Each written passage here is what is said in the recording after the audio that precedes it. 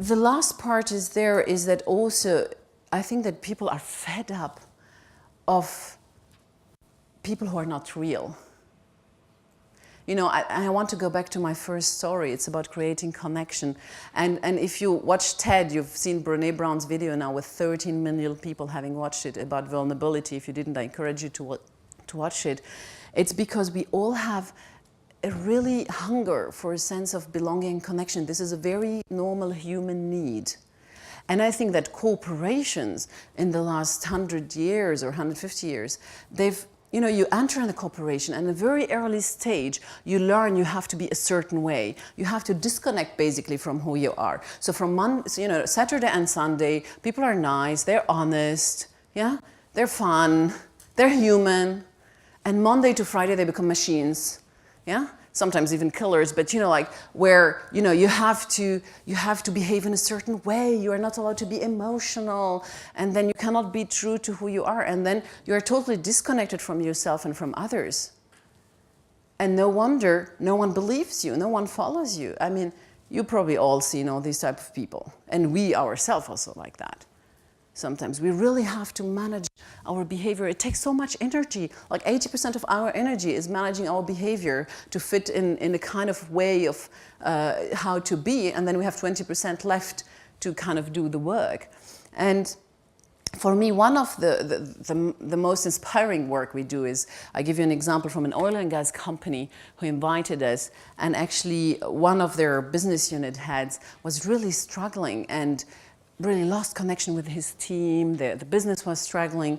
So the first kind of day or two we spent together, we went really outside of the company just with this person. The two of us were there.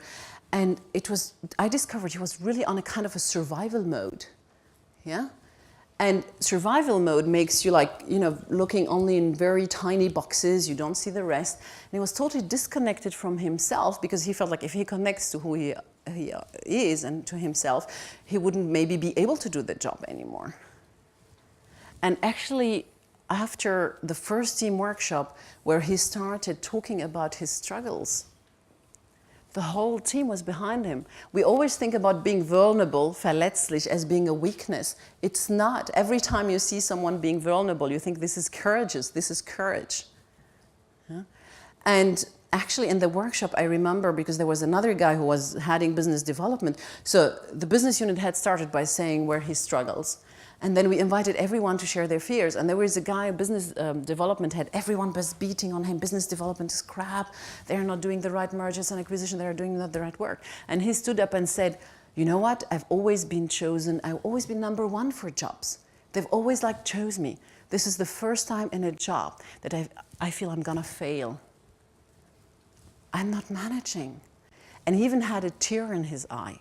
And this was a tipping moment, because the atmosphere went from his crap to how can we help him succeed? You know, we are all in the same boat. How can we help him succeed? And I'm actually very optimistic because I work a lot with young people. I have 2 small daughters, and I see that they come with a totally different expectations. They don't want this glossy thing, you know? And when I talk about being connected and being vulnerable, I'm not saying being nice and wearing Birkenstock and white socks and sitting in circles and, you know, hugging each other. I mean, hugging each other, fine. But I mean, but I think also about, you know, human connections are not tidy, you know? They're ugly, you know, sometimes, and you have to talk hard stuff. So it's not about just being connected, it's also being tough sometimes. But you can be tough when you're connected in a different way. Yeah? So what I want to ask you, and offer you this question to ask yourself over and over again, is, do you truly care? Do you care about what you do, about the people you work with, about yourself? Are you real and authentic? Or just what's hindering you from being real and authentic? You know, we have an internal joke in our company that people say, when people tell them, you know, what's the work we do? They say we bring CEOs to cry. We make CEOs cry, which is true in a sense, because, you know, I think that the BP CEO should have cried after the oil spill. You know, it's kind of reconnecting people with themselves, and in that way reconnecting them with their employees. And it's not, a lot of people think, yeah, it's doing good, but are we really doing well? I think that it will merge, and I'm not the only one. If you look at traditionally, if you say this is doing well, like business-wise, profit-wise, this was the business world and corporations. And then you had doing good. This was like NGOs and foundations. So basically you had to choose, do I have to earn money in my life, or do I have to do something good? Yeah. So, but actually, the generation Y, and I like Y because it spells like why, with question mark, you know, I think the future of business will be here. It will be about doing good and doing well. You will not have the choice, yeah?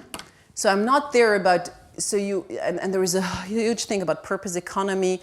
We work with Aaron Hurst, who's writing his book now about purpose economy. We see we moved from industrial economy to information economy. The next phase will be purpose economy. The next phase is the human era, yeah? And it's all about being here and being purpose driven. So do you trust, and are you able to connect?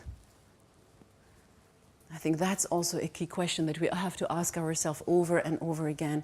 Oh, and mostly, if we are not that, it's because we have fears, you know, and fears are blocking us somewhere. Fear to lose something, fear that someone hurts me, fear of not belonging and not being connected. This is what holds us back. But the interesting thing is, if we are not that, you know, we cannot just, you know, decide not to have the bad feeling like fears and anger and the messy part, but have the nice part. It doesn't work. We cannot split ourselves. You know, if you don't experience, and research shows, if you don't experience fear, you don't experience joy.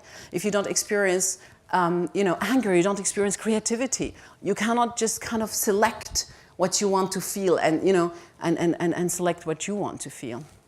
And so this is I want to end this with my dream.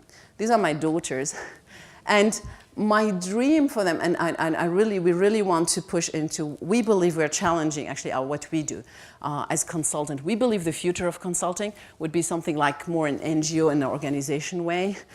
We want to invest more in purpose. We want to be forefront of the purpose economy. I want my daughters not to choose if they want to earn money or be true to themselves. I want them to have both alternatives. And so you will hear from us. But I really want to create a community with competitors, with clients, with people in the organization, to create a purpose community where it's really about doing good and doing well. And I don't want, and a lot of people are cynical when you say that, but we want to change the world. You know, I don't want people who are good, who are connected to themselves, to think, oh, I want to become a freelancer because I can't be in this organization anymore.